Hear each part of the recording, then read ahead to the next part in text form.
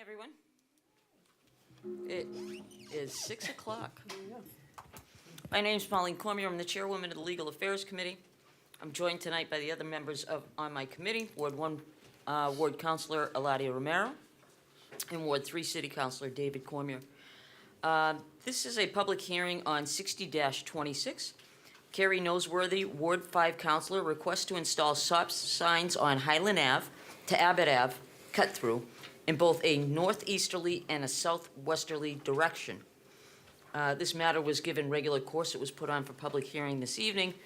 And to start it off, I'm going to ask the petitioner if she would like to explain a little bit about what her request is, where it's at, and what you hope to accomplish with this. Sure, and thank you very much, Madam Chair. So I had a constituent reach out to me who lives on Abbott Avenue, who has a small child that attends Northwest. I went down to meet them and kind of look at the safety issues and concerns that she had with regards to the way that Highland Ave and Abbott Ave have that cut through. I think, does everybody have, access to the pictures? So because there, and you can see there's not even a street name in the cut through, but because there's no stop signs, people who, especially who don't know that Northwest is right there, could be speeding down and coming through that cut through and going right into Northwest. And right now, because there's no stop sign on either end, it creates safety issues and concerns.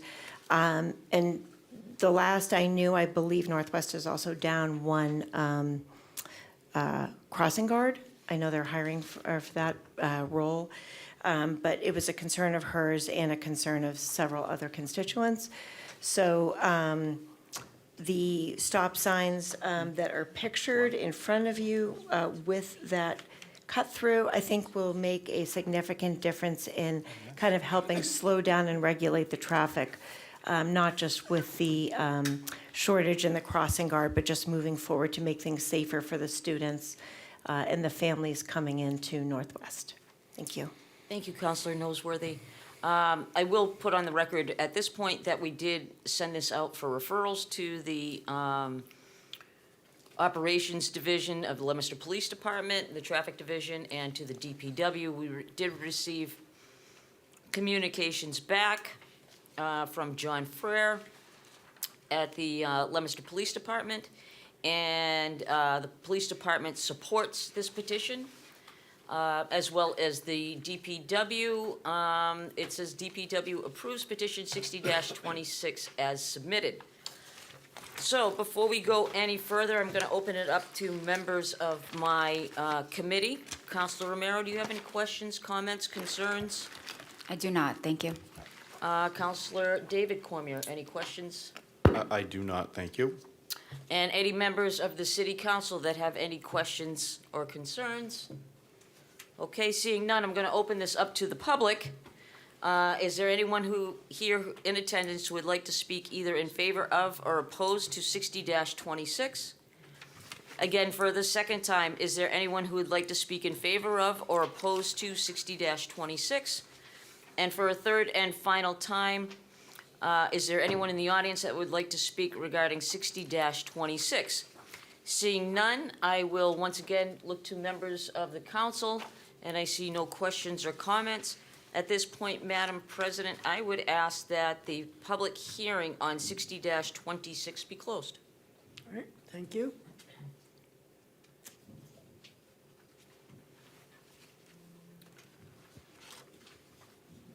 And it looks like we're right on time. We're going to go directly into 62-26.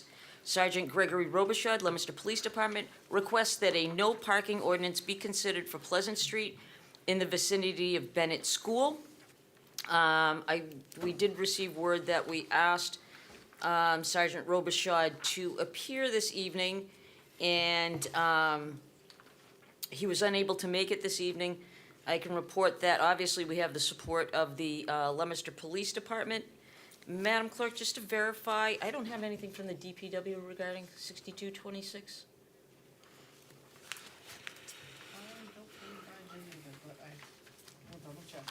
Okay. I don't recall coming across it, but it seems to me as if the police department supports this. Usually the DPW goes along with it unless they find it being very, in a very tough place to install a no parking ordinance.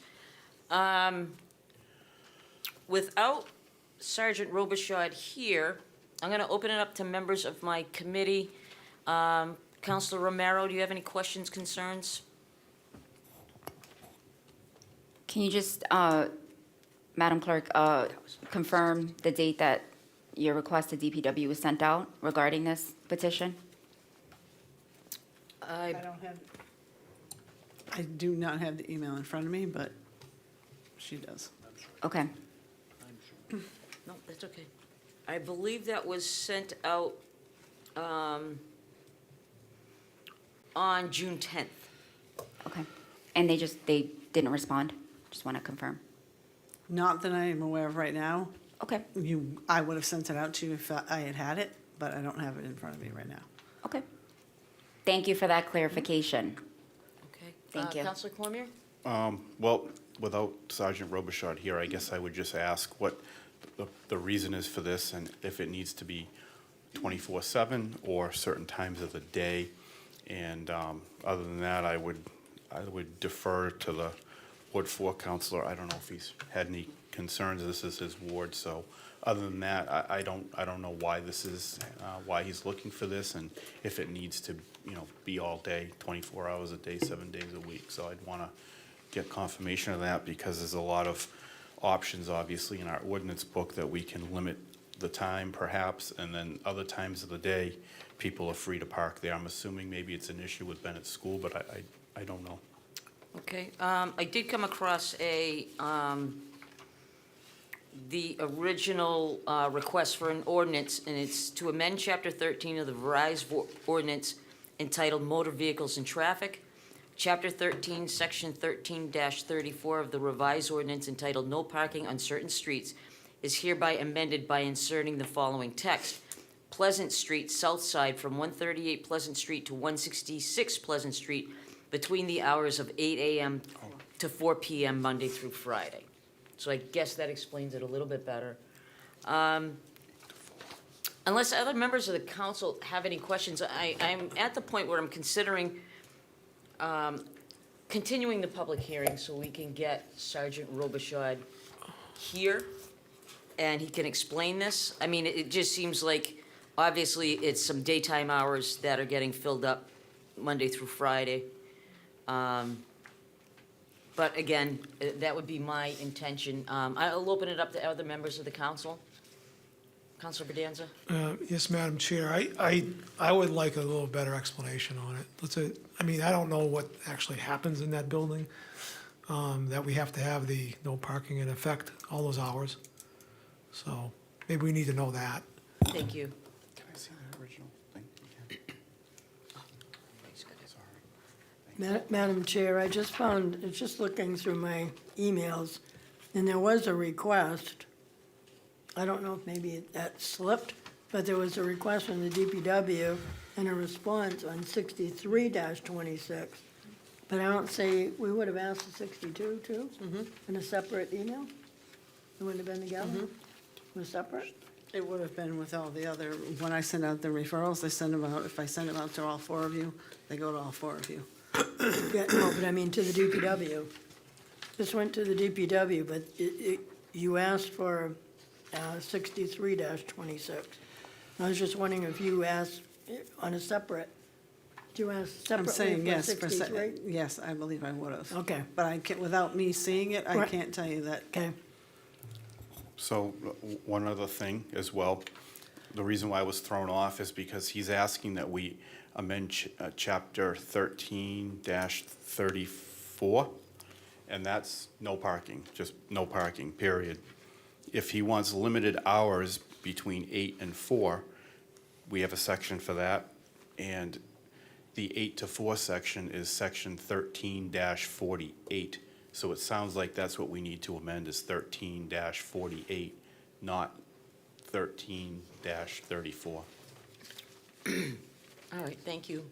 So with that information coming in, I think it would be my position, I'll ask the members of my committee, to continue this public hearing.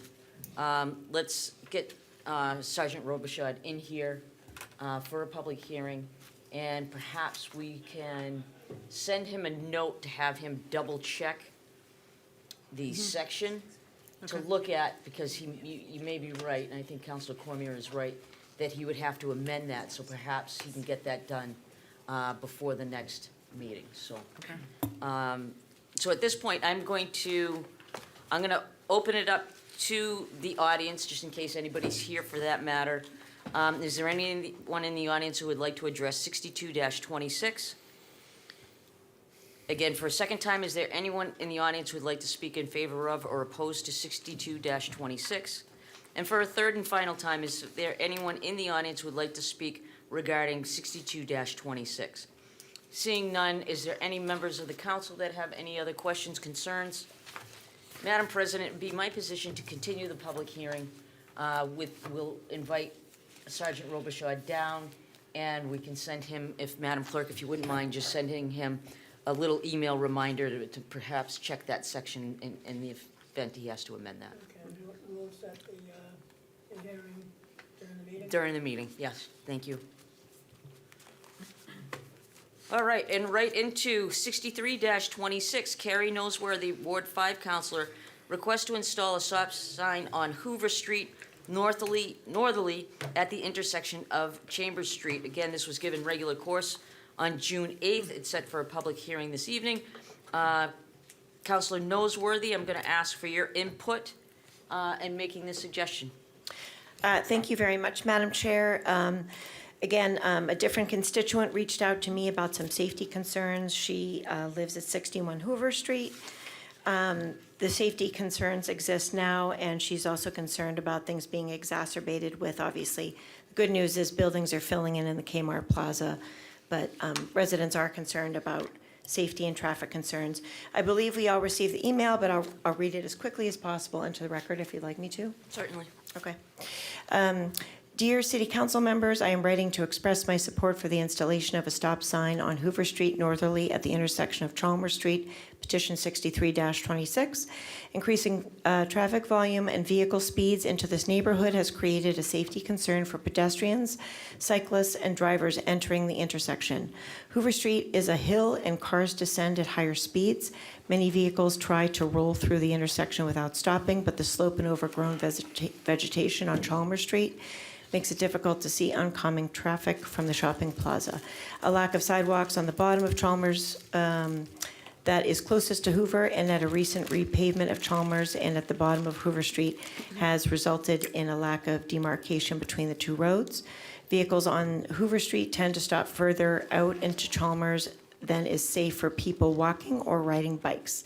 This location also serves as a school bus stop. Families on foot and in vehicles wait at the bottom of Hoover Street for the bus in the mornings and in the afternoon when traffic volume is high. Installation of a stop sign would make a meaningful difference in the safety for our neighborhood, especially since several new businesses to the Twin City Plaza will significantly increase traffic volume on our streets. As more drivers use this route to access the plaza, existing safety concerns will only intensify. Thank you for considering this request. Danica Diaz, 61 Hoover Street. Thank you. Thank you, Madam Chair. I'm going to first go to members of my committee. Councilor Romero, do you have any questions, concerns? Councilor Cormier? All set, thank you. Okay.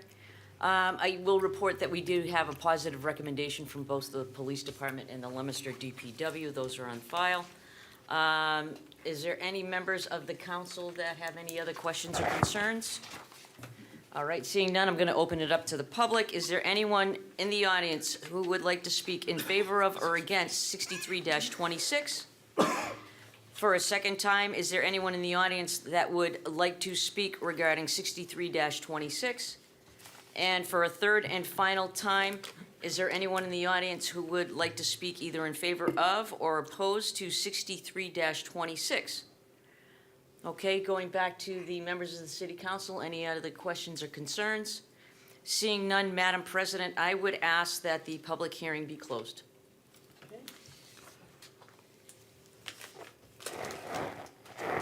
time is it? I can't see, I'm on my phone. 6:15. Oh, good. Perfect. Okay. So we have an interview at 6:15 PM. Is Tatiana Lara Melendez here? Yeah. Perfect. I'll just read C-92, Dean J. Mazzarella, Mayor, respectfully requests the appointment of Tatiana Lara Melendez, 341 Union Street, Apartment 1, Leominster, to the Library Board of Trustees, term to expire 4/15 of 2029. I'm the Chair of Ways and Means, David Cormier. With me this evening is Councilor Brandon Robbins and Councilor Pauline Cormier. They're also members of the Ways and Means Committee as well. Welcome, Tatiana. It's good to have you here.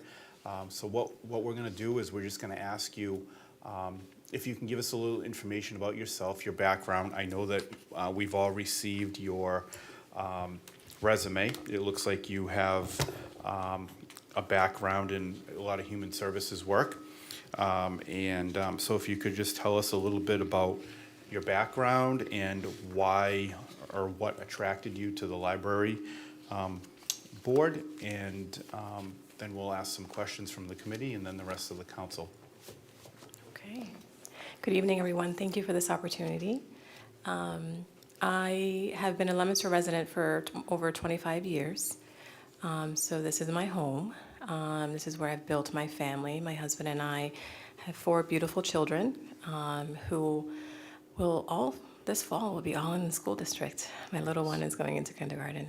So I'm really grateful for this amazing city and our different schools that we have in providing education to our students.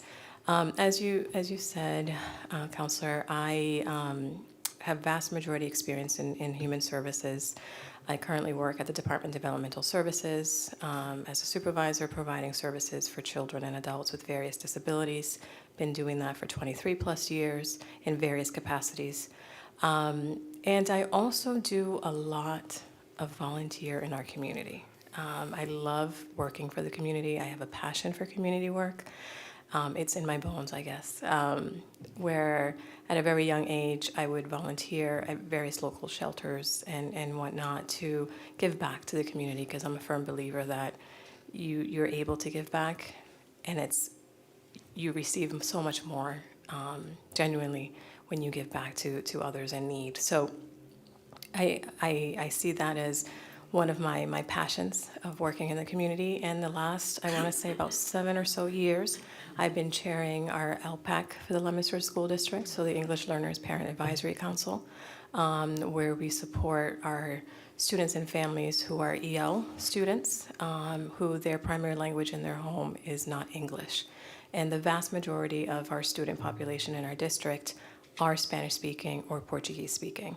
And being bilingual and bicultural myself, I have a great love and sensitivity to the needs of that population, and being able to be a voice for them and help them navigate the school system, and how we can empower parents in having that information and knowledge so that they can feel comfortable enough to go to their schools and have access to really realize what's going on with their child's education and how can they assist in preparing their child for a better future in their education.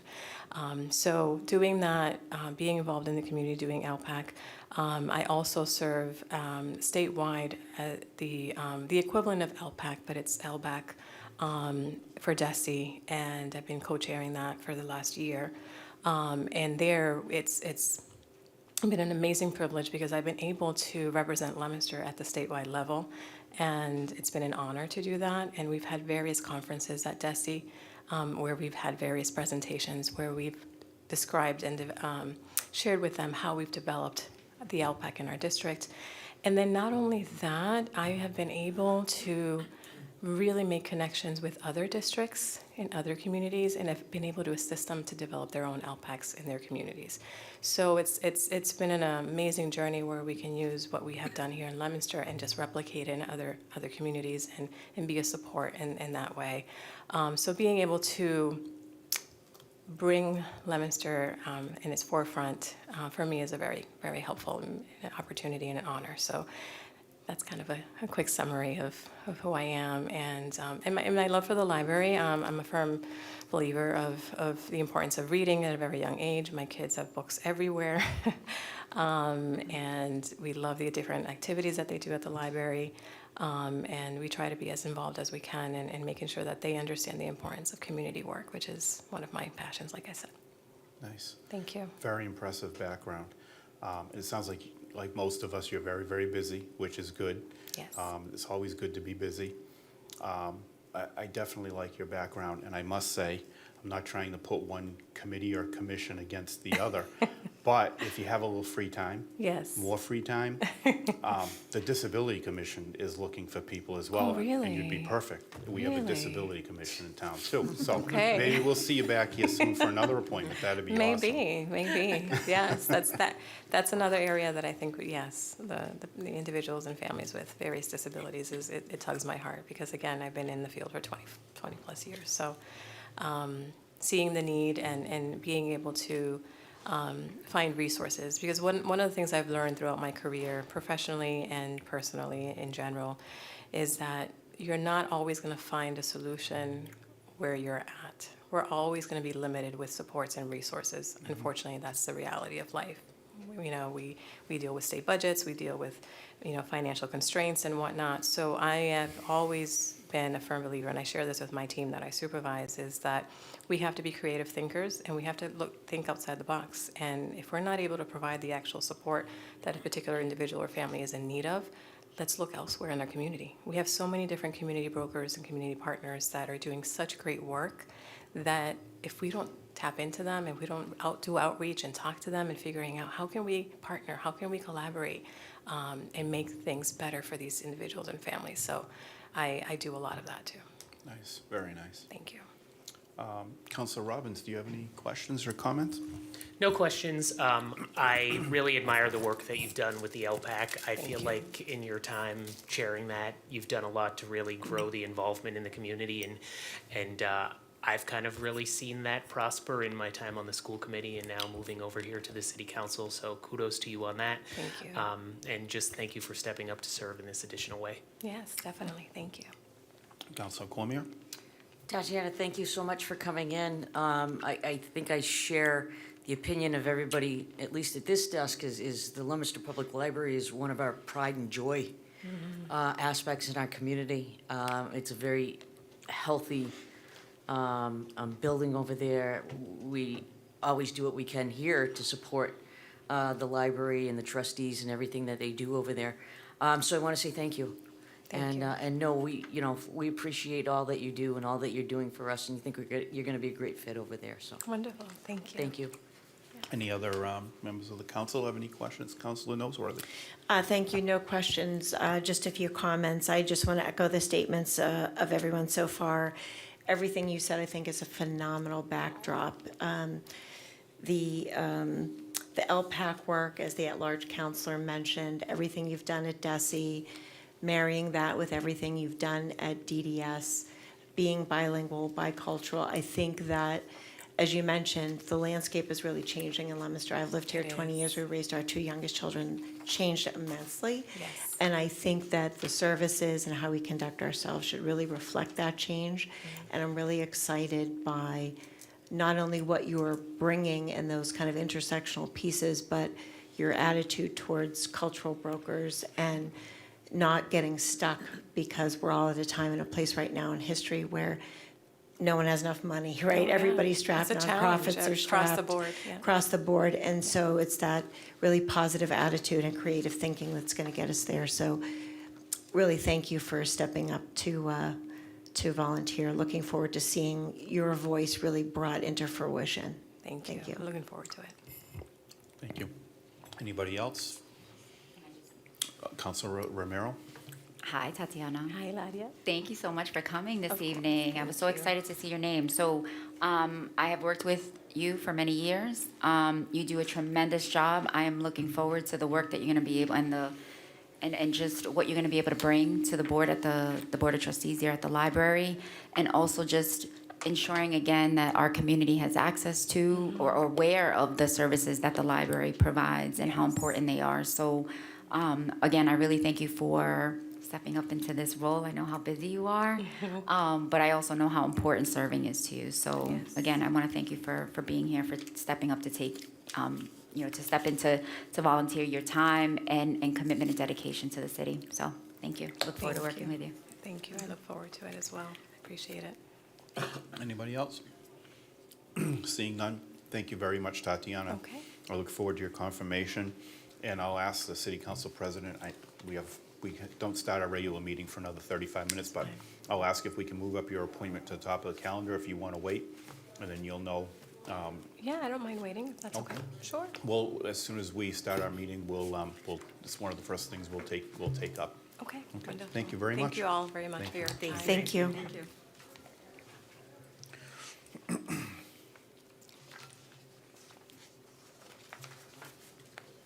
We did, yeah.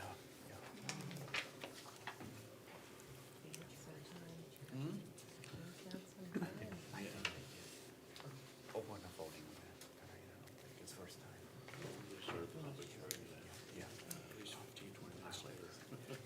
Yeah. Yeah.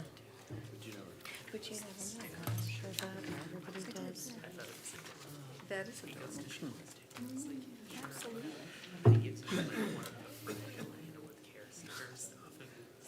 And it's such pain, isn't it? Especially on a day like today, I'm sure, right? That it must have.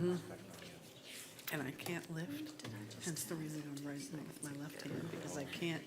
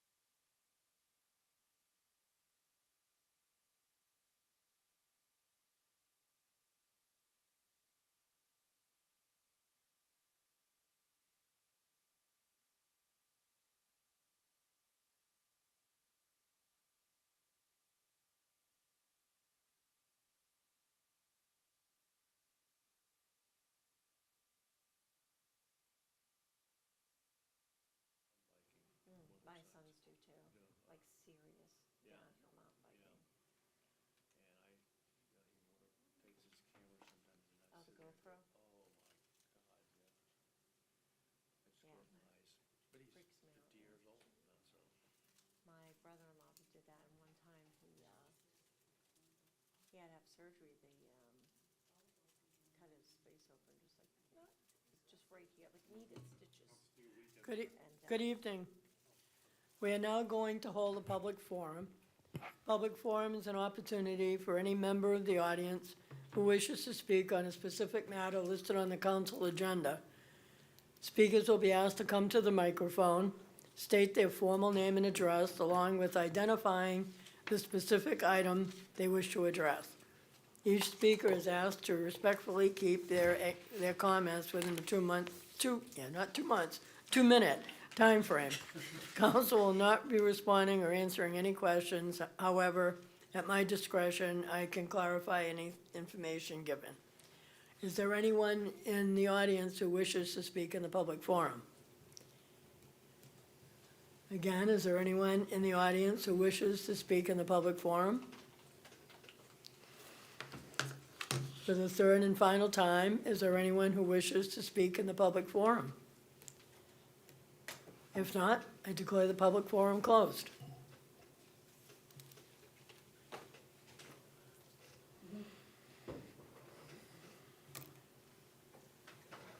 Did you have any issues with any of the records? No. You good with the records? David, you're good with the minutes, right?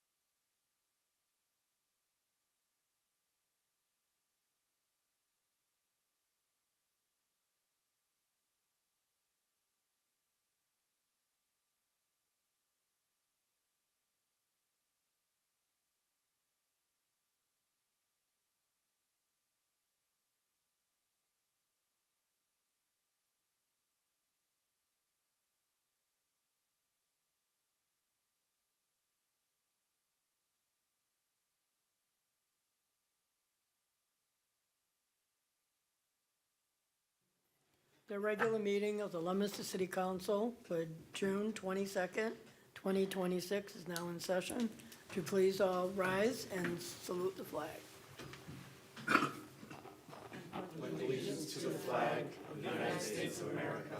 to the republic for which it stands, one nation, under God, indivisible, with liberty and justice for all.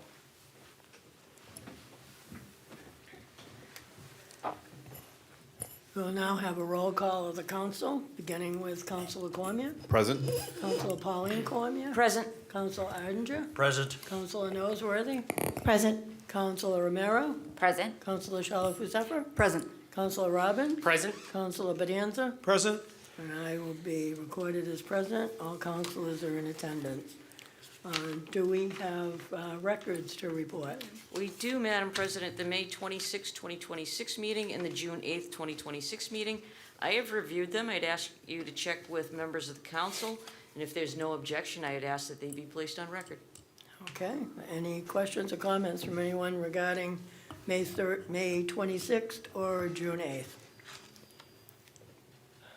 If not, all those in favor of approving the minutes, signify in usual manner. Those opposed? Okay, the ayes have it. They're placed on record. Thank you. Before we begin, I just have a couple of things I would like to mention. First of all, I have a message from LTV that Comcast has reported there's sporadic filming of the meeting tonight because of the weather. But it will apparently be fine. They don't know to what extent. If Verizon is fine, it's just Comcast, I guess. It'll be fine on LTV, live streaming. The meetings will be fine after. It's just right now, if there's any interruption, for people to understand that. The other thing I would like to mention is we all know Ida Mazzarella, the mayor's mother, passed away on Wednesday. And I just would like to say a couple words about Ida. First of all, she was a wonderful, wonderful lady. I first met her over 50 years ago when I first started dating my husband. They were all 2 or 3 houses apart, and it was clearly a old Italian-style neighborhood that everybody cared about everybody else's family. All the mothers cared about everybody else's children. When 2 or 3 of them, including my husband, went to war, they were all there to support when they came home. Some worse than others. They were there for support. Neighborhoods were their family. That was the Italian way, the strength of the families in the neighborhood. Ida had 3 boys, Frank, Marco, and Dean, and she showed her pride in all of them. They all lived how she taught them, how she brought them up to help people. Frank was an attorney, Marco is in the service industry, and Dean, of course, was a police officer and now the mayor. She was a staple of city functions and supported every event. She was known for her cookies, and the word spread. And I think many of us, guys, some of those who've been here for a while, can remember the night we were inaugurated that it was ice and snow, and it was miserable out. And the one thing she told her son is to make sure you don't drop the cookies. You could fall, but don't drop the cookies. Her boys and their families made sure she was well taken care of. She'll be remembered for her kindness, her sense of humor, and for showing that the world is run by those who show up.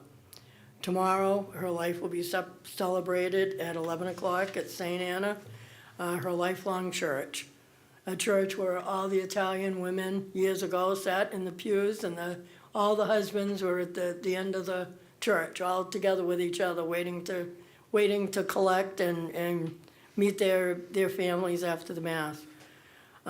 Donations, if anybody is interested in supporting the family, donations can be sent to the Leominster Autism Project and to the care of the mayor's office or to the Michael J. Fox Foundation, two of her personal support mechanisms. So with that, you know, I don't know if this, I don't understand. Siri. Use your yeah, phone. but I don't know, it's not my phone. I don't have anything on. Okay, so anybody got their phone on that we don't know about? I don't even have mine Not with me. mine. I had Samsung's. Is there anybody else that, I know there are some people here that knew Ida, I don't know if anybody would like to say a couple words or mention anything. Okay. I would just Councilor add, Bedanski? you know, obviously, you know, her legacy is her love for this community, and she was, you know, amply proud of her children and what their contributions of the community have been. You know, I know Frank well from practicing law with him. I know Marco well from going to the grocery store, and there isn't a nicer guy that you could ever meet than Marco.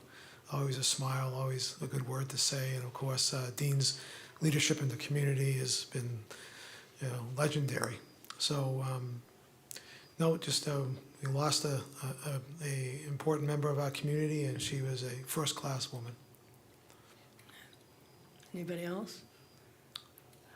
Okay, and I'd also like to mention another member of the community that was well-respected for quite some time is Jack Dignault. He was another staple. He has owned Il Camino Restaurant since 1971. He had 6 children, 12 grandchildren, 9 great-grandchildren, and he was described at his funeral this morning as a kind, loyal, respectful, and loving man whose presence brought warmth and strength to family and friends. And that pretty much describes, you know, how many of us remember Jack. So with that, I would ask that we have a moment of silence for both of these longstanding members of our community.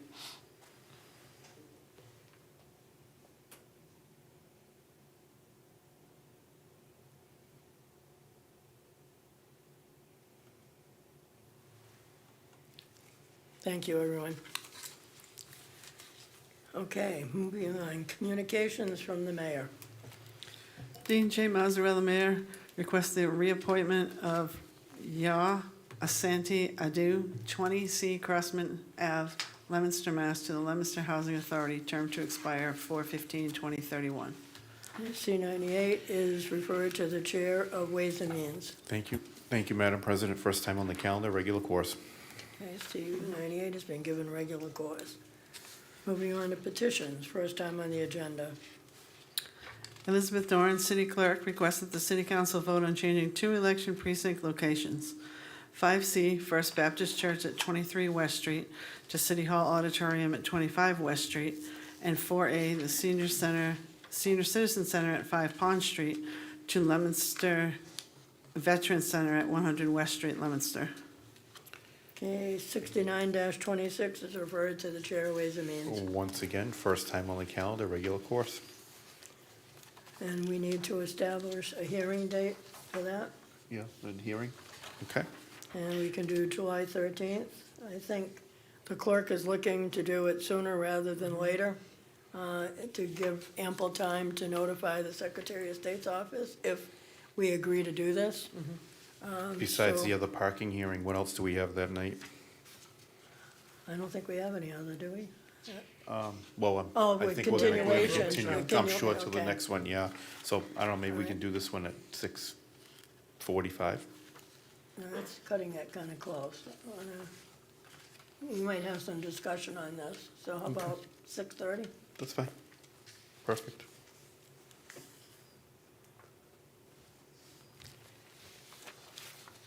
Okay, all those in favor of a hearing date on July 13th at 6:30, signify in the usual manner. Those opposed? Okay. 69-26 has been given regular course with a hearing date scheduled for July 13th at 6:30. Moving on to matters before the council. Financial report, is the chair ready to report? I am, Madam President. I'm going to start with the opioid stabilization fund.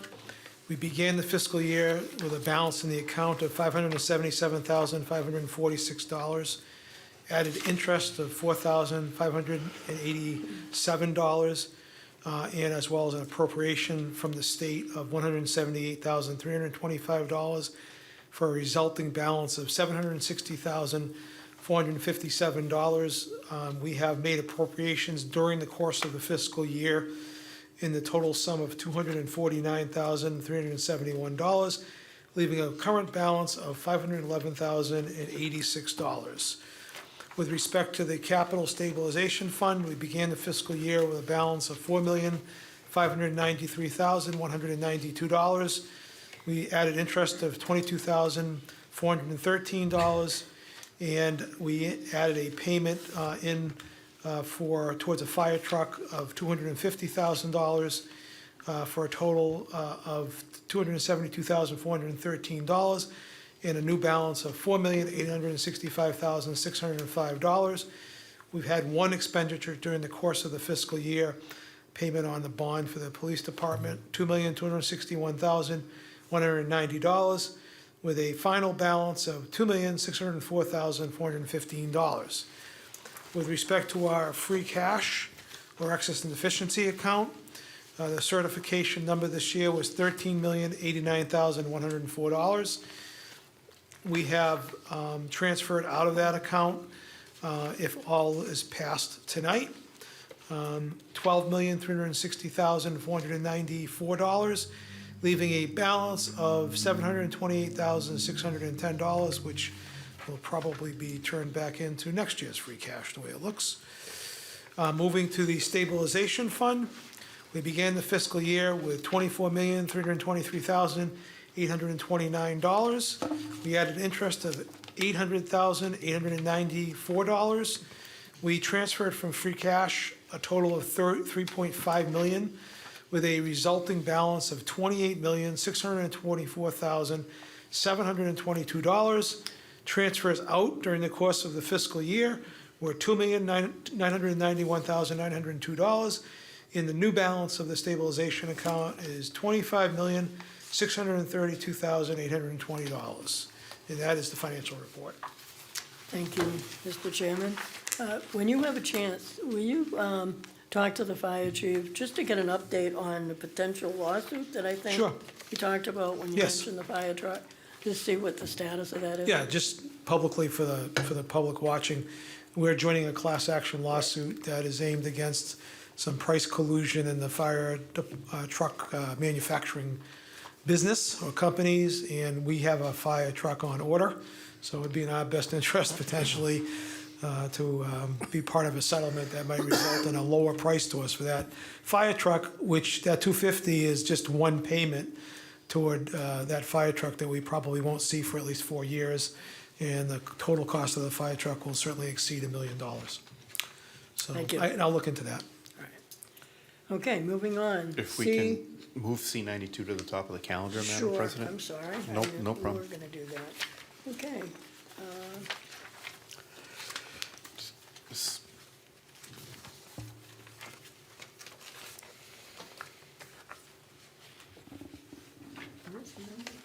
It's on page 4.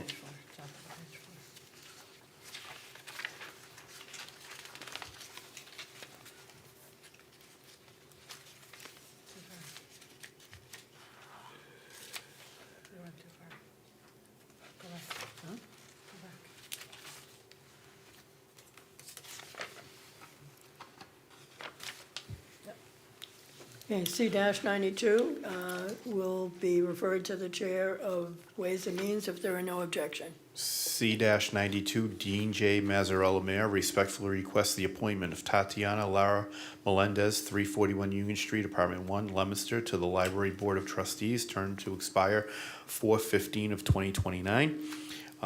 We had an interview this evening. I find Tatiana to be very well qualified for the position. I like her diverse background. I think it will add a lot to our library board, and it would be my recommendation that we grant C-92, and I'll ask that you check with members of my committee. Counselor Robbins? I agree. Counselor Cormier? I agree. Okay, unanimous decision. Unanimous decision to grant C-92. Okay, you've heard the recommendation of the Ways and Means Committee. Are there any other comments or questions? If not, this is going to be by roll call vote. Counselor Cormier? Yay? Counselor Pauline Cormier? Yay. Counselor Arndt? Yay. Counselor Noseworthy? Yay. Counselor Romero? Yay. Counselor Shalhoub Zephyr? Yay. Counselor Robbins? Yay. Counselor Bedanza? Yay. And I'll be recorded as yay. Congratulations. Congratulations.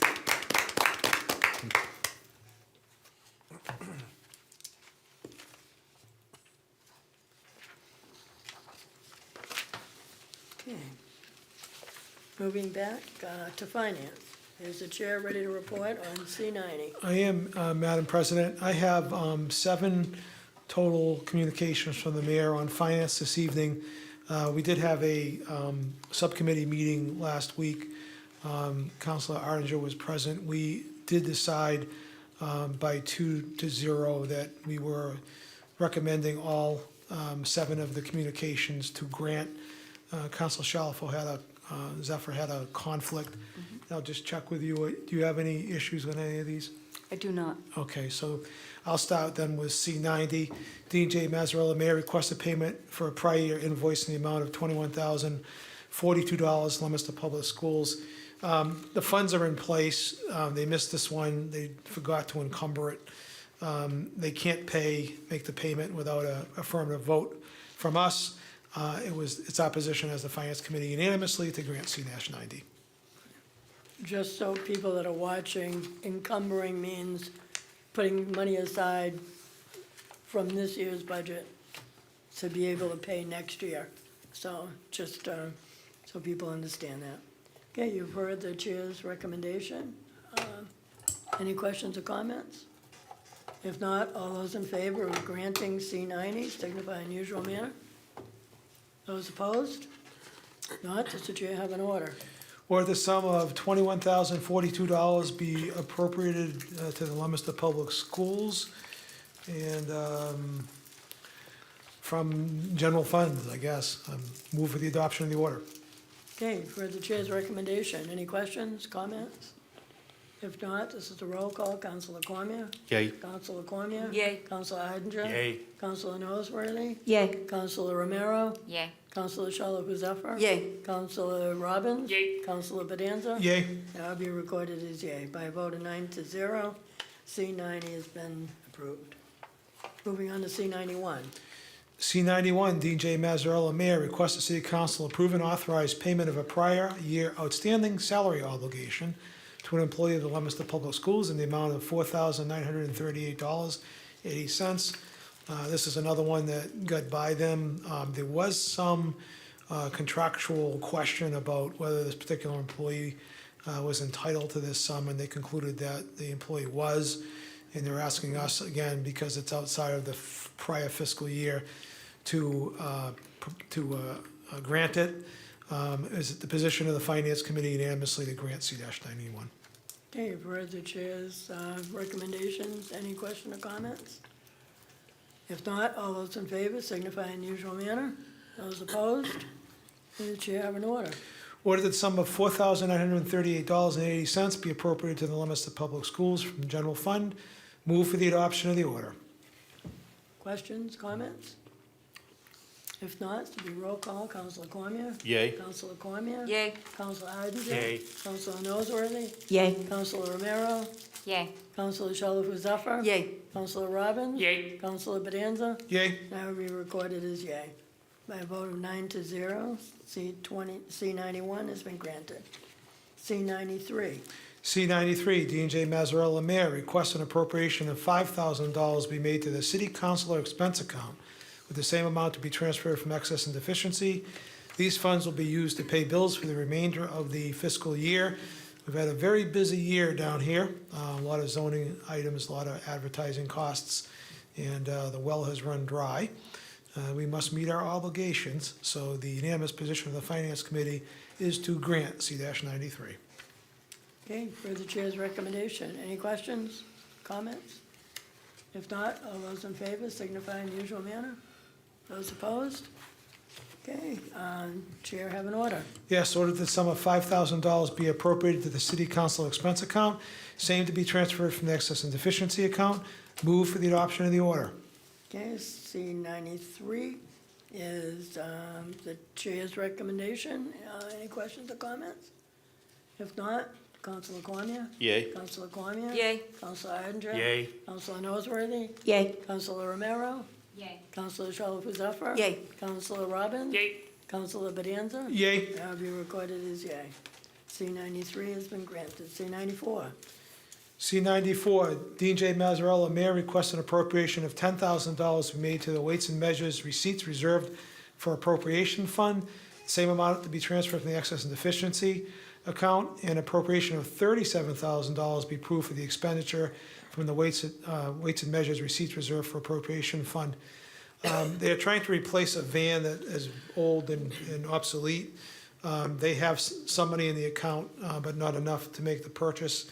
This will give them enough to purchase the van with a little cushion as well. I think it's about, after the van's purchased, I think there's about $4,000 or $5,000 left they'd have in that account.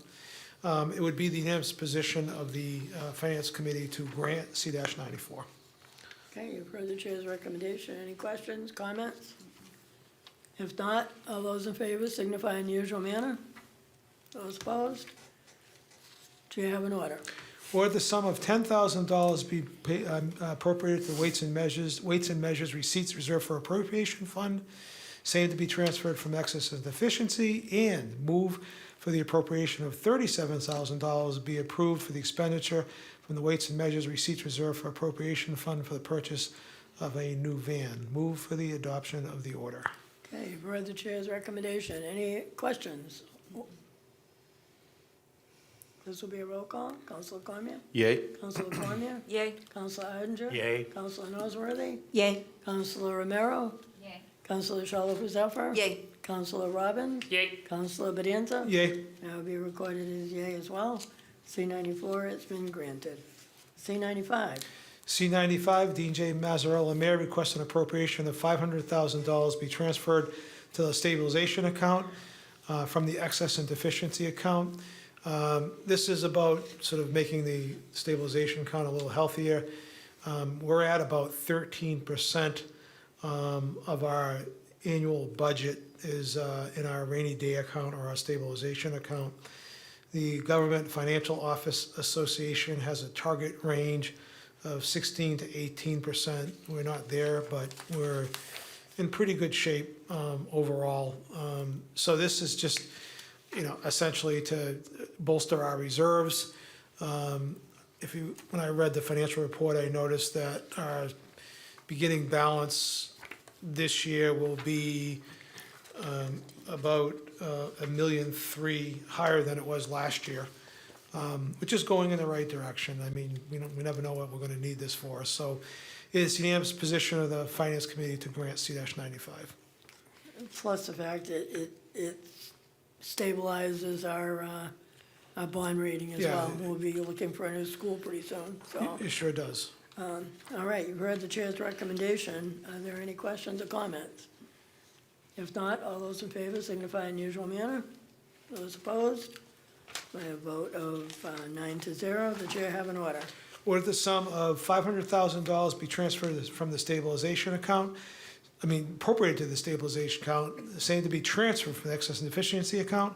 Move for the adoption of the order. You've heard the chair's recommendation. Any other questions or comments?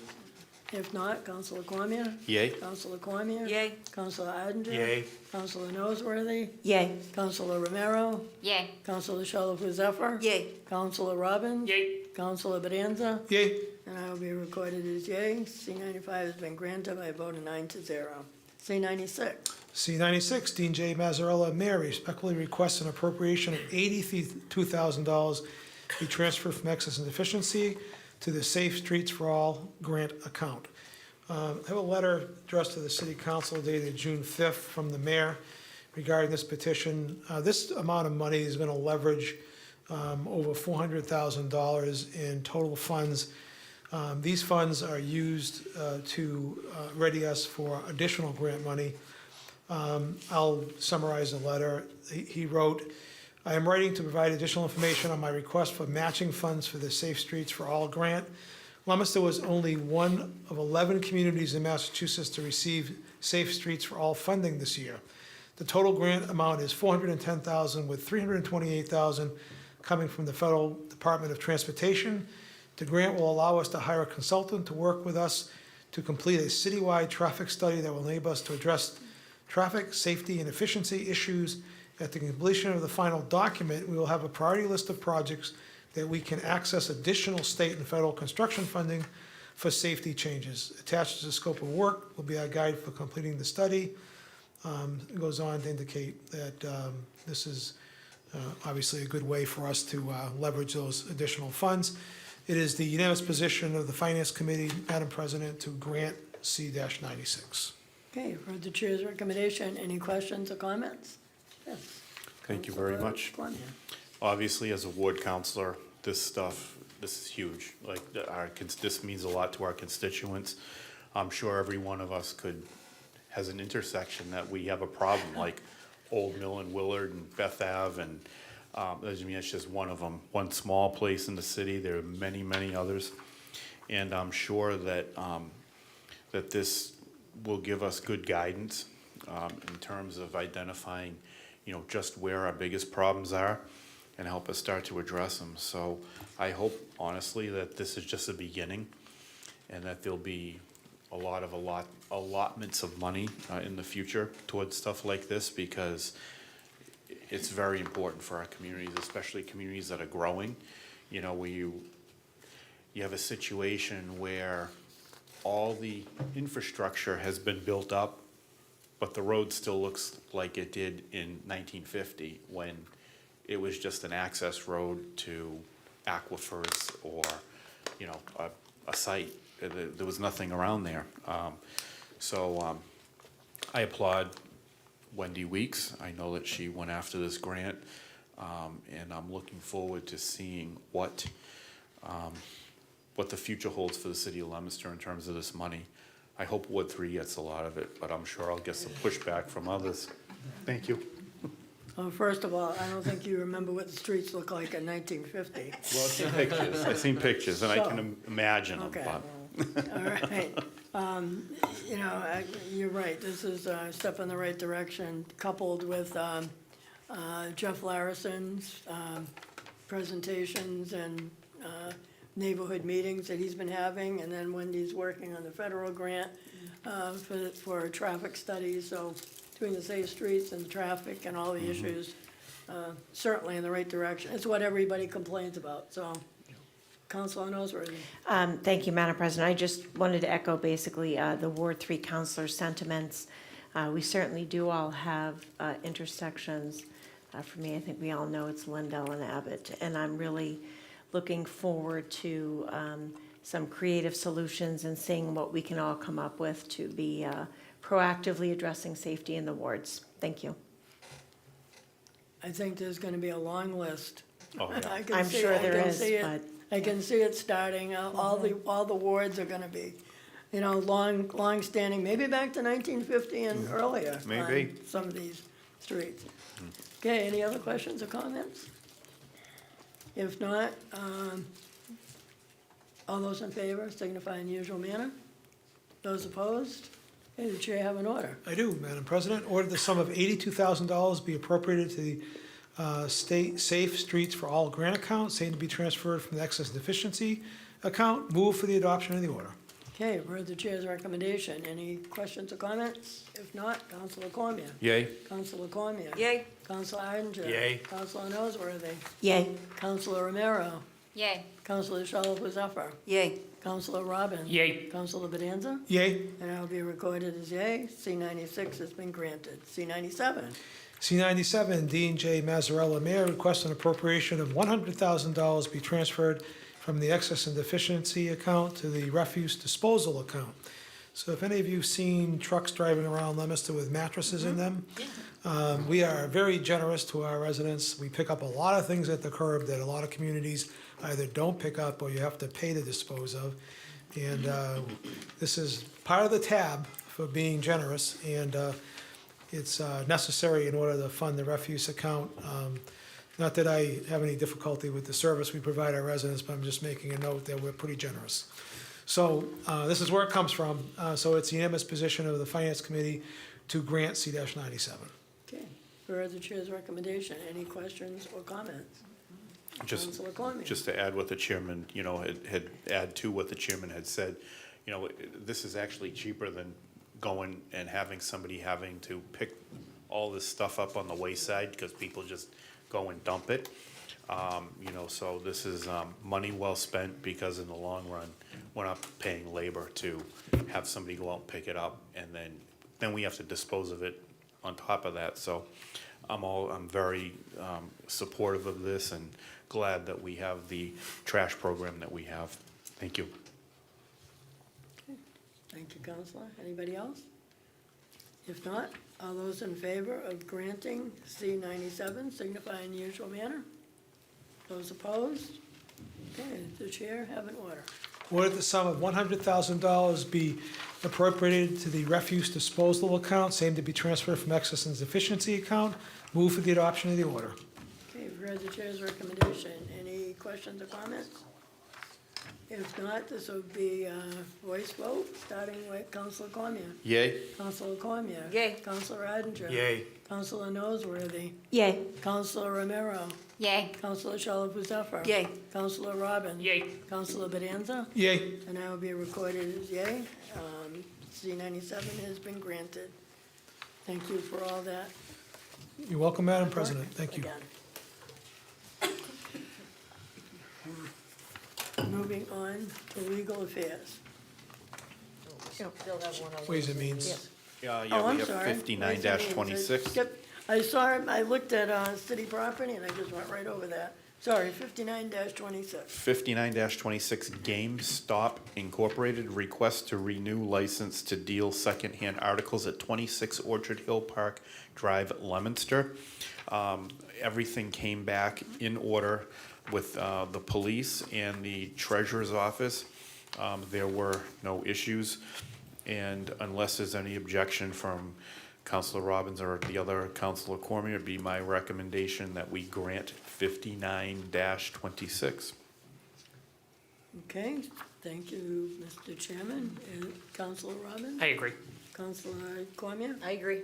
Okay, you've heard the unanimous recommendation from the Ways and Means Committee. Any other questions or comments? If not, all those in favor of granting 59-26 signify in the usual manner. Those opposed? The ayes have it. 59-26 is granted by a vote of 9-0. Now we will move over to legal affairs. Thank you, Madam President. 60-26, Carrie Noseworthy, Ward 5 Councilor, request to install stop signs on Highland Ave to Abbott Ave, cut through in both a northeasterly and southwesterly direction. We had a public hearing this morning. We read into the record, or we verified that the DPW and the police department are in favor of this. There was no one here to speak, but we did have Councilor Noseworthy explain to us a little bit more about the situation. It would be my position to grant C-26, and I'd ask you to check with members of my committee.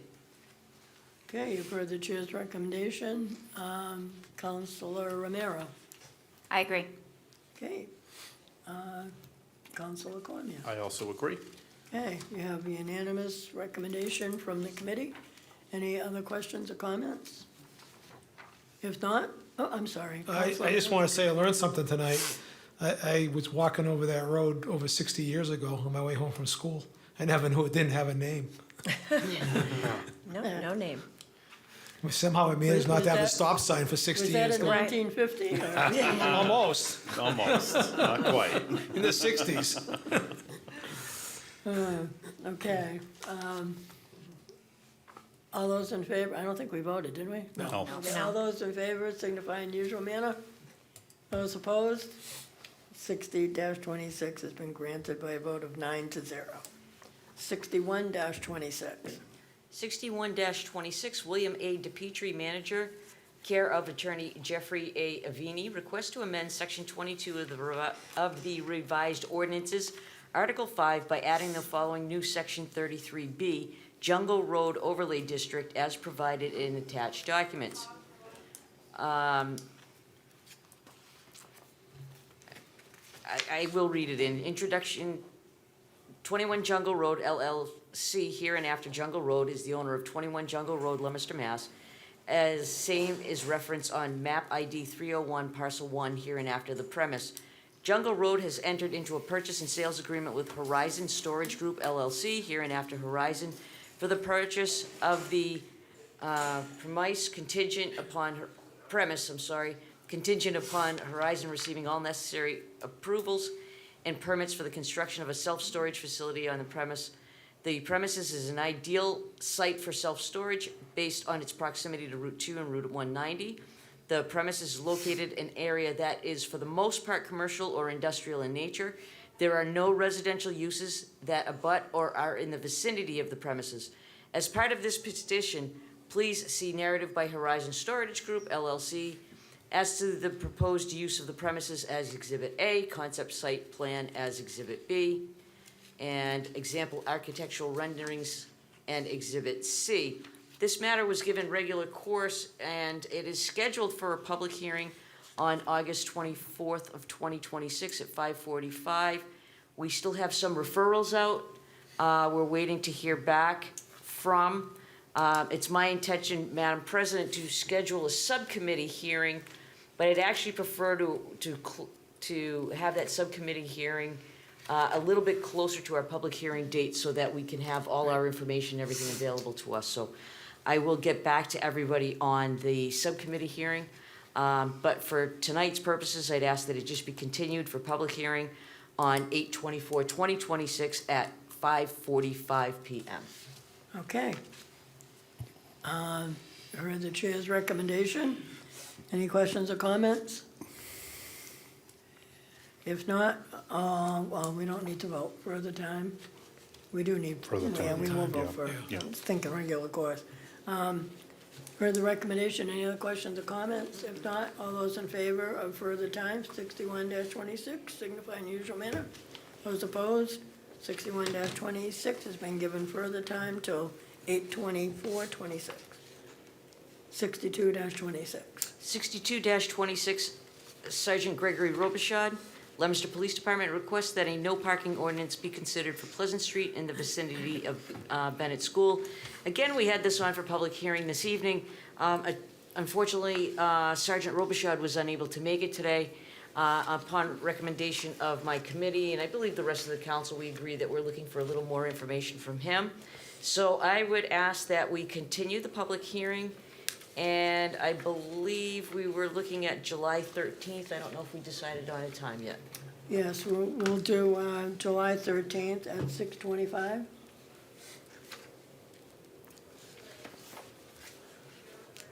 Any questions or comments? If not, all those in favor of further time with a hearing date of 7/13/26 at 6:25. Ayes have it. Vote 9-0. 63-26. Thank you, Madam President. 63-26, Carrie Noseworthy, Ward 5 Councilor, request to install a stop sign on Hoover Street northerly at the intersection of Chambers Street. Again, this was on for public hearing this evening.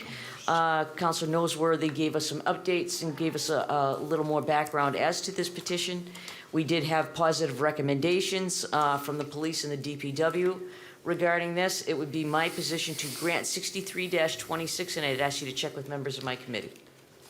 Councilor Romero? I agree. Councilor Cormier? I also agree. Okay, you have a unanimous decision from the recommendation from the Legal Affairs Committee. Any other questions or comments? Madam President, just for those at home, I just wanted to say that it was Chalmers Street. I'm sure it was just when you were Chalmers. speaking. I just wanted to make sure people at home knew Chalmers Street. Thank you. Okay, so the recommendation is 63-26 is to grant. Any other questions or comments? If not, all those in favor signify in usual manner. Those opposed? 63-26 is granted by a vote of 9-0. 64-26. Thank you, Madam President. 64-26, Donna Mollett of 58 Skylane, Leominster, respectfully requests to modify Section 22-4 definitions of the Leominster zoning ordinance by adding the following definition of data center. Again, this matter was already continued out for a public hearing to August 24th of 2026. We still have some outstanding recommendations. I believe we scheduled this around the planning board's schedule as well. So, Madam President, I would be asking for further time for the same public hearing date of August 24th of 2026 at 6 p.m. And again, I will be scheduling a subcommittee meeting closer to that date, so hopefully we will have all our recommendations back by then. Okay, and just for the record, before we go any further on this, I have been looking into and talking to KP Law about putting in a petition for a moratorium on data centers and on battery storage, because both of these are really brutal, and I think we need to really look into this. I'm looking for a moratorium for a year, maybe a little less, but a year. I will be putting a committee together, counselors, planning board members, a couple members of the community, and looking to get all the information on this. A lot of communities are already doing this. I've already got a lot of information from a few of them.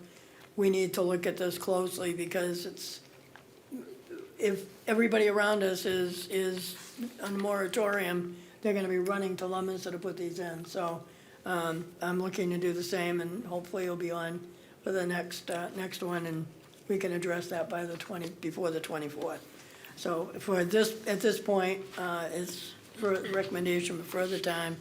I'll go to Councilor Romero, I agree. Councilor Cormier. I also agree. Okay, so the recommendation is for further time. Any questions or comments? If not, all those in favor signify in the usual manner. Those opposed? 64-26 have been given further time with hearing date on 8/24/26. 65-26. Thank you, Madam President. 65-26, Donna Mollett of 58 Skylane, Leominster, respectfully requests to amend the Leominster zoning ordinance in accordance with Section 22-14 on behalf of 10 registered voters as follows.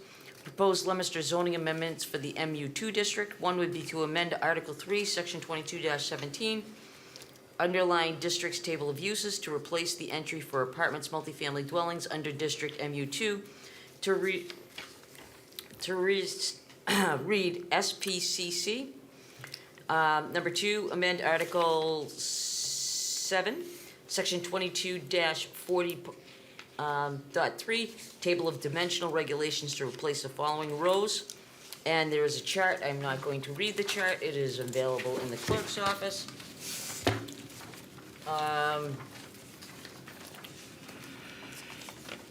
As well as the following rows with which they're proposing to replace it with. Number 3 would be to amend Article 4, Section 28.4, dimensional regulations, by replacing existing 28.4 with the following 28.4 dimensional regulations. 4.1, in no case may the multifamily housing component of mixed-use project, when located within a separate building, compromise more than 33% of the land area of the entire project. 4.2, any setback or yard requirement otherwise applicable at the perimeter of a lot applies only at the perimeter of a site of a mixed-use project. 4-3, CHTUA Article, what's that? 7 UTH. 7 UTH for additional dimensional regulations. Number 4, amend Article 4, Section 28.5, 1 buffer by replacing 28.5.1.1. Notwithstanding the requirements of the table of dimensional requirements, the planning board may require vegetative buffers up to 30 feet between uses within the MU2 district at its discretion during site plan approval, with the following: a minimum landscaped or naturally vegetated, if determined to be adequate by the planning board, buffer area of 30 feet must be established between different uses within the MU2 district. Number 5, amend Article 4, Section 28.5.1, buffer by replacing 28.5.1.2. A buffer area shall be provided between any buildings in the MU2 district, any adjacent residential zoning district. This buffer shall consist of natural undisturbed trees and vegetation to the maximum extent possible. The width of the buffer and planting scheme shall be at the discretion of the planning board, but in no case shall be required to exceed 50 feet with the following. A minimum landscaped or naturally vegetated, if determined to be adequate by the planning board, buffer area of 50 feet must be established between any development within the MU2 district and an adjacent resident zoning district. Again, similar situation, we've given this a regular course. We already have a public hearing scheduled for 8/24/2026 at 6:10 p.m. So it'd be my recommendation to give this further time, and I'd ask you to check with members of my committee. Okay, Counselor Romero, I agree. Counselor Cormier? I also agree. Okay, before we go any further, I got this late today, so I'm gonna read it into the record because I questioned this. As we all know, there was a petition that was put in earlier by Counselor Shalfo-Zephyr and Counselor Robbins, last year, I think, at some point. And this, I was concerned that this was so similar that it wasn't different enough to fall into 40A, Section 5 of General Laws, Massachusetts. So I sent everything off to Brian Riley. He was on vacation till last week. I got a response back today from Justin Peralta, who was at most of the meetings earlier. So I'm going to read this into the record for clear transparency, so we're not waiting till the last minute. The planning board must hold public hearings on the proposed zoning changes brought by these petitions and vote whether to recommend their adoption. For the reasons explained below, in my opinion, the city council may then consider and vote on petition 65-26 only if the planning board recommends its adoption. They must do so if the planning board does recommend it. The city council must consider and vote on all of the other petitions regardless of whether their adoption is recommended by the planning board. General Law, Chapter 40A, Section 5, provides in pertinent part, quote, "No proposed zoning ordinance or bylaw which has been unfavorably acted upon by a city council or town meeting shall be considered by the city council or town meeting within 2 years after the date of such unfavorable action, unless the adoption of such proposed ordinance or bylaw is recommended in the final report of the planning board. The appeals court has held that Chapter 40A, Section 5 applies to such repetitive petitions if they, quote, share the same fundamental or essential character with little substantive differences." Penn versus the Town of Barnstable, 88 Mass Appeals Court 205, and this was in 2019. The Attorney General has taken the position that Chapter 40A, Section 5's phrase, quote, "is recommended in the final report of the planning board," means either the first or second planning board report. Thus, in my opinion, a proposed zoning change may be considered by the city council even if repetitive and within the 2-year period if the change is recommended by the planning board either when the proposed change was not adopted the first time or when it comes before the planning board the second time. In this instance, petition 9-26 proposed to amend the zoning ordinance to change apartments, multifamily dwellings from an as-of-right use of the MU2 zoning district to a use allowed by special permit, with the planning board as a special permit granting authority.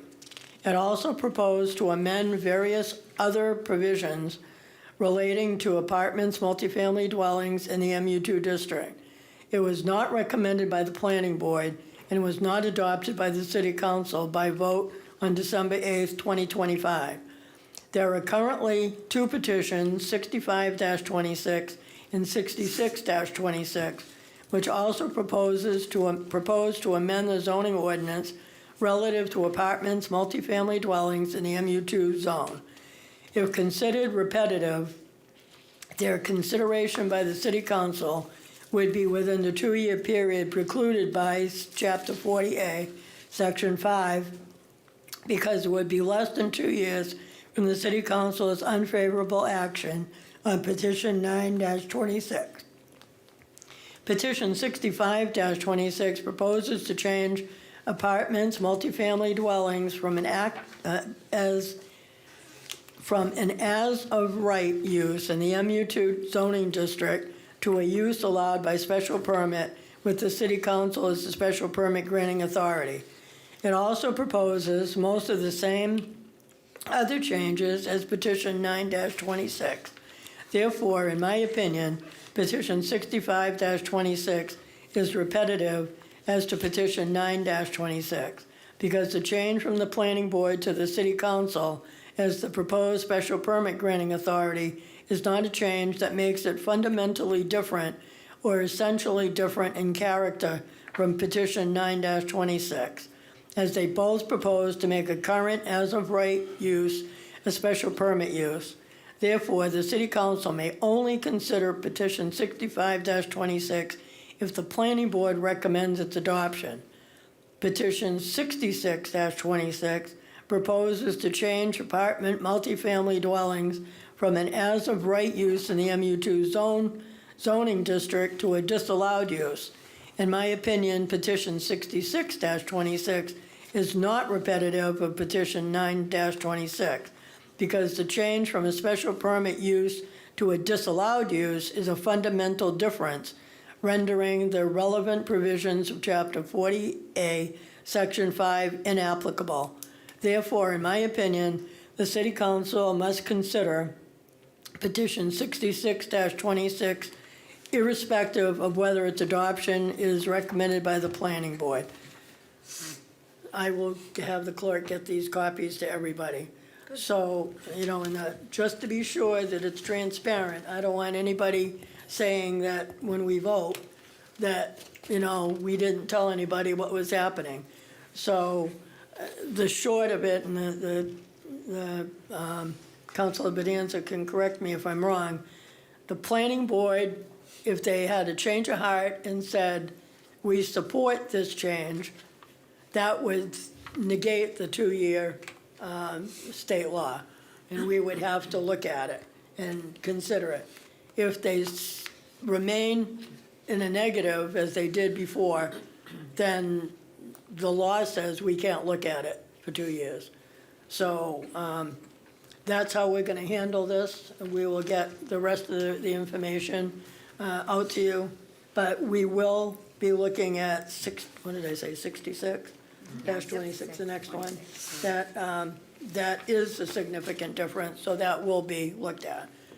So I don't know if there's any questions or comments. I concur. With your analysis, I concur. Okay. All right. So thank you, Madam Chair, for that patience on that. I just wanted to, I know it came late today, and I didn't really have a chance to look at it till just before the meeting. So I'll get that to you, and you can get it out. All right, so the recommendation is to give it further time. Any other questions or comments? If not, all those in favor signify in usual manner. Those opposed? All right. Thank you. Back to you, Madam Chair. Okay, so we're back to 66-26.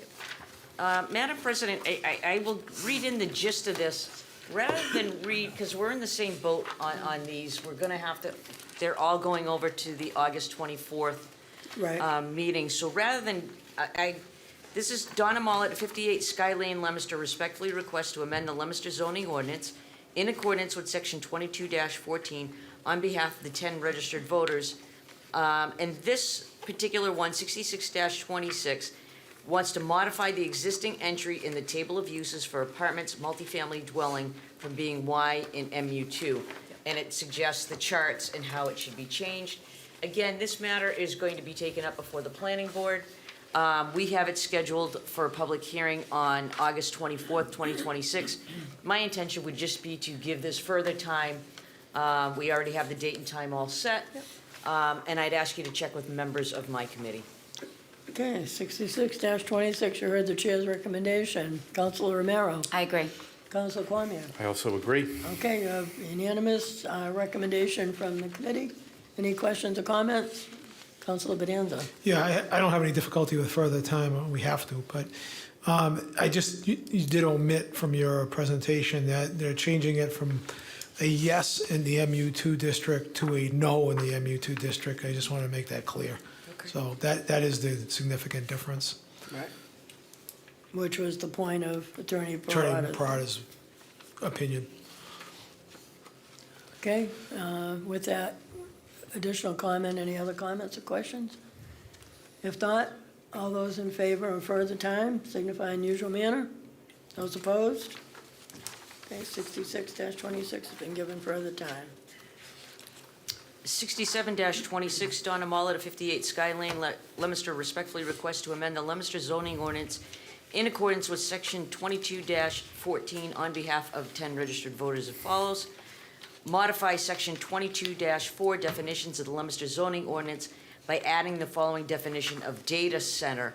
Again, this is a similar situation. Madam President, you addressed that earlier with your intentions of seeking a moratorium on this. So rather than read this all in, we know that we have some action to take on this. It'd be my recommendation to request further time to the same date, the August 24th hearing at 6:25 p.m. And I'd ask you to check with members of my committee. Okay, Counselor Romero, I agree. Counselor Cormier? I also agree. Okay. The only thing I wanted to point out on this, I'm just noticing it now, is the very last line on this, and it really doesn't matter, but it does. It says, for purposes of this bylaw, we do not have bylaws in the city, we have ordinances. And although it appears to be picky, it is not, because a bylaw would have to be approved by the Attorney General's office before we could enact it. Our city council has the authority to pass an ordinance.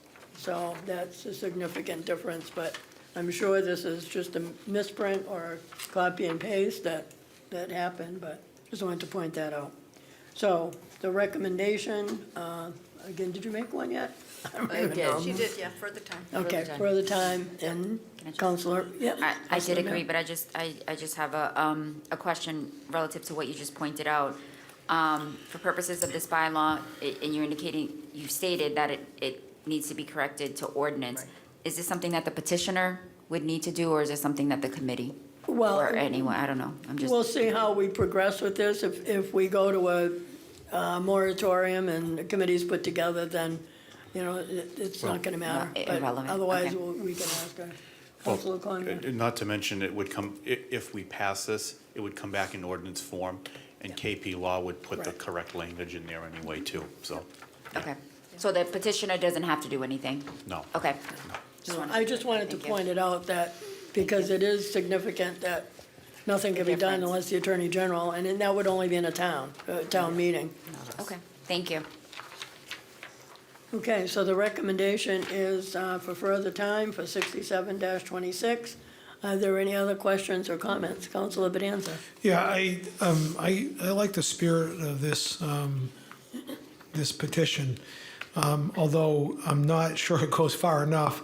As drafted, it would give us the authority as a city council to permit a data center in the industrial zone.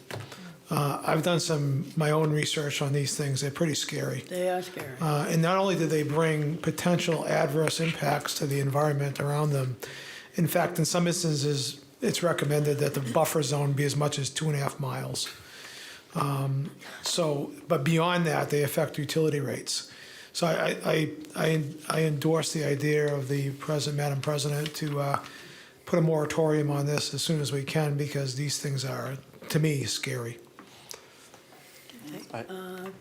Counselor Noseworthy, and then Counselor Cormier. Thank you, Madam President. I'll be brief. I want to echo what the Ward 4 councilor just said. I've been doing a lot of digging and a lot of research into the work that's being done, actually not just in Massachusetts, but across the country. And I think that it's something that it should be taken seriously, and I appreciate that the ward councilor brought that up as far as even taking it a step further, and appreciate your discussion and thoughts around a moratorium, because the research, as has been shown so far, the impacts on health, the impacts on the increase of electricity use, actually impacting people with well water. I mean, this has far-reaching, the way that these data centers have been created right now, it can just impact so many things, and I think it's something that absolutely we should take very seriously. Councilor Cormier. Thank you, yeah, and I also was gonna mention too that in some places they're putting these in the ocean so that the ocean environment can keep them, it's a natural cooling mechanism and it mitigates all the noise, so, I mean, there's like a lot we need to learn about this before we put it in the middle of, well, our city anyway. You know, when you look at what other places are doing with them, it's interesting, so I'm looking forward to the discussion going forward. Thank you very much. Thank you. Councilor Romero. Yeah, I actually just attended a briefing today with Congressional Research Service, and they were actually going to provide documentation for the council for you to be able to better understand the impacts of data centers. But each one and each data center is very unique and individual. However, what was very clear is really the impact that it has on communities in terms of usage of electricity and water, the public water infrastructure, far outweigh any financial gain from a tax revenue that they could potentially provide. And also the generators, the backup generators, the noise that it creates. And that's probably why the recommendation of 2.5 miles were suggested, because it is extremely loud and it runs on diesel and all of these other implications. So really, again, I mean, I think the moratorium is the correct way to go. But I will also be providing, the council with additional information so that you have the facts in terms of usage, the strain that it puts on electricity and the water. And again, when I was speaking to the Congressional Research Service folks, they said that one data center potentially, for the most part, would utilize the same amount of electricity as the whole city of Leominster. That is how much is needed to operate a data center. And the thought of that, in terms of blackouts and just it's scary, basically. So it is great that we're kind of getting ahead of this. So I just wanted to share that information. And to the Ward 3 councilor's point, the heat, the thermal aspect of it is disastrous, so. Councilor Shalfo? Yeah, thank you. I can't imagine that there's any support. I mean, I look around, certainly from my perspective, I've done a lot of reading about this. I see all the horror stories and, people that are really having to get together and protest loudly and vociferously against these places, and sometimes they're just snuck right in. So, a moratorium is probably a good place to start while we collect information, try to formalize things, but that's only a pause. Moratorium is okay, this is on hold, basically. So when I saw this coming in with a no, across basically every single zoning district, with a special permit from the city council for an industrial use, I thought that was really good. I think the tougher, the better. The clearer, the better. We're not, we can do all the studying, all that kind of stuff, but I think taking a hard line is certainly the way that I would want to go on these things. Like, there's no upside to it for the city of Leominster, zero. Well, the moratorium would stop anybody from coming in and doing something now. They wouldn't be able to do anything for a year while we're looking at it, so. Or we pass the zoning change and we just get Well, it done. I think we need to learn a lot more before we do a zoning change. As Councilor Bedanza just pointed out, the industrial zone would allow it. Well, the With a question. special permit by the city council. Yeah, but the question there is what criteria can we use? So, I mean, special permit criteria can vary widely. And there's legal precedents about what you can do and not do with conditions and things of that nature. The moratorium will give us a chance to determine how much authority we have and what specific criteria we can apply to that special permit. Can we outlaw them entirely That's within what I the was- community? If we could do that, I would prefer it, Right. frankly. Me too. Right. Because I don't think we're gonna find a piece of land where one of these things is gonna fit.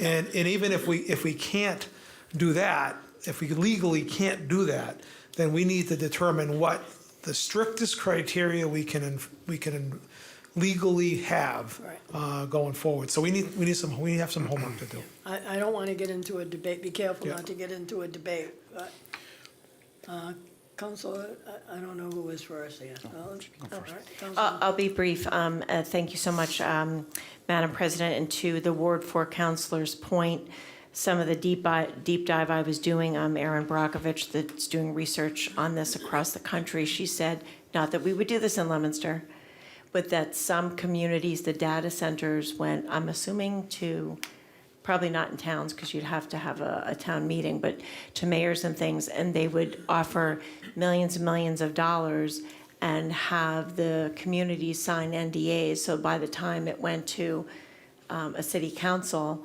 the data centers would actually sue the city councils that try to get rid of it. So to the Ward 4 councilor's point, they're trying to do all kinds of things throughout the country. So definitely good to take a proactive stance.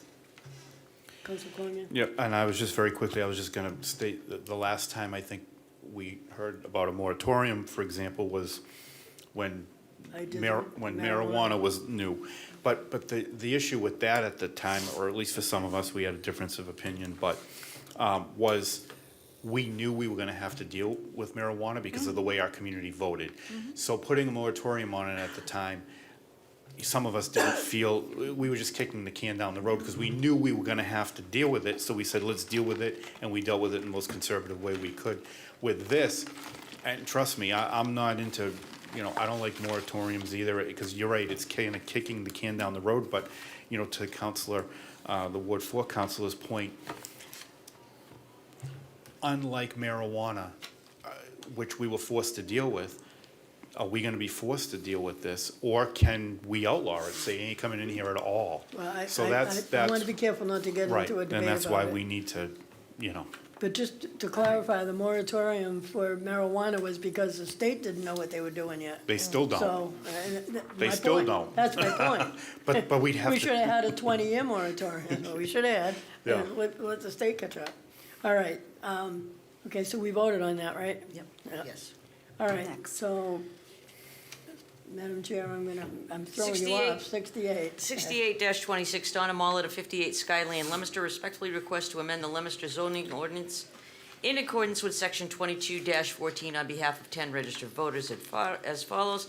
Modify the Leominster zoning ordinance with the precedents established in Mass General Laws, Chapter 40A, Section 5 as follows.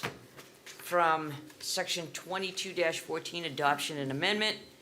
14-14, no zoning ordinance may be adopted or changed except by a 2/3 vote of all the members of the city council.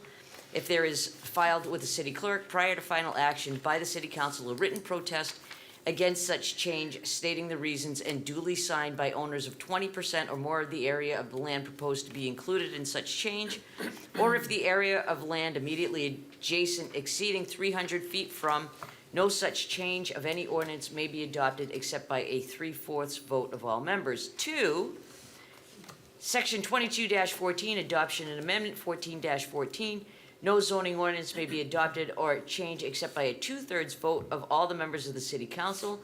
If there is filed with the city clerk prior to final action by the city council, a written protest against such change stating the reasons and duly signed by owners of 50% or more of the area of land proposed to be included in such change, or if the area of land immediately adjacent extending 300 feet therefrom, no such change of any ordinance may be adopted except by a 2/3 vote of all members.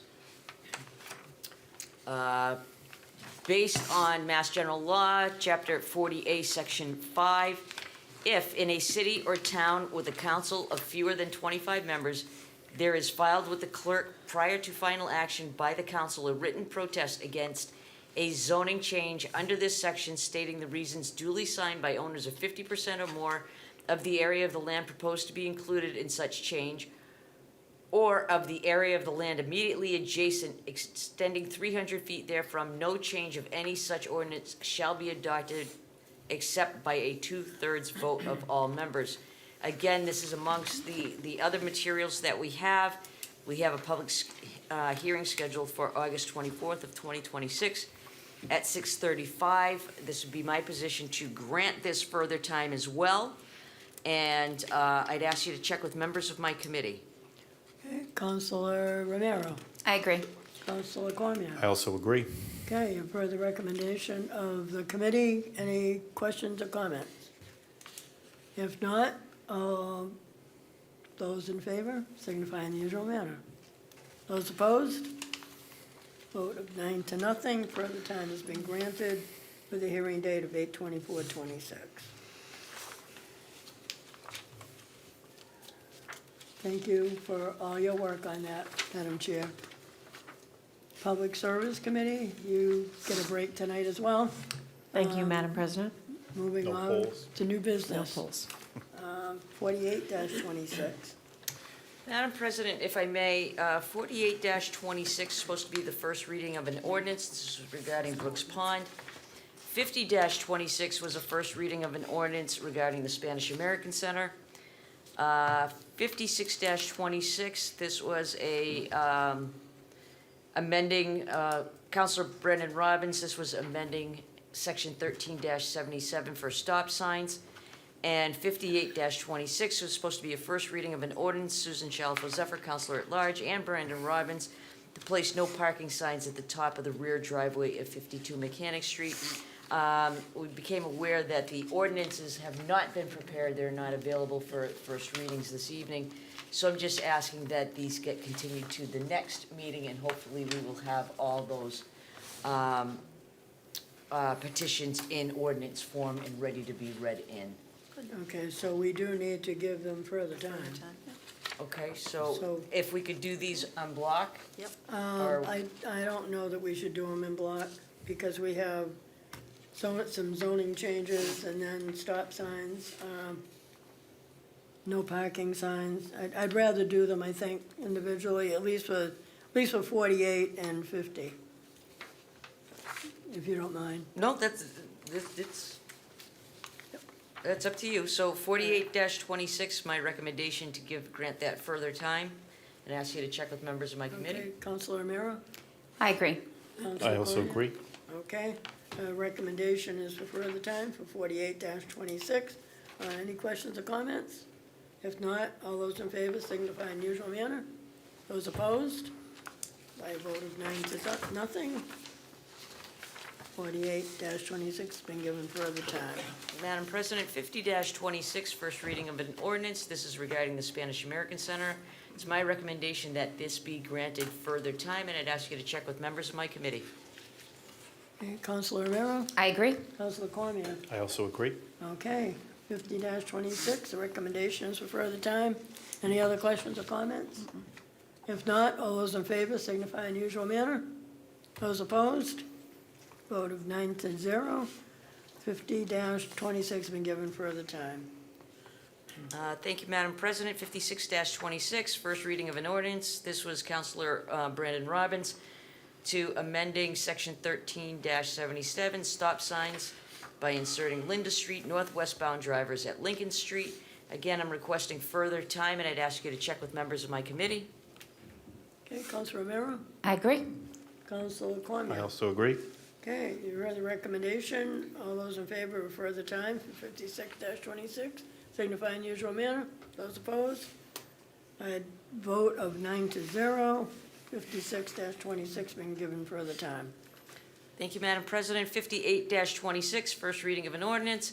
This was a proposal by Councilors Shalfo Zephyr and Brandon Robbins to place a no parking sign at the top of the rear driveway for 52 Mechanic Street. Again, it's my request that this be granted further time, and I'd ask you to check with members of my committee. Counselor Romero, I agree. Counselor Cormier. I also agree. Okay, unanimous recommendation of the committee for further time. Any questions or comments? If not, all those in favor signify in the usual manner. Those opposed, 58-26, been given further time by a vote of 9-0. Okay, is there any old business to come before us? I just have a quick old business, well, it's not really old business, but trying to figure out how to address this, because we talked about battery storage, and I still don't have, I guess it's old business, because the Lancaster Street property, I think I asked 2 or 3 times about what this was for, and I think National Grid was very clear that it was for solar, and the planning board supported battery storage on that site. So somebody's wrong, somebody's right, or it's a combination of the two.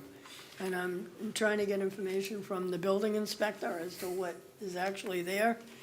I was coming out of Wedgewood Lane a few days last week. I was doing business there.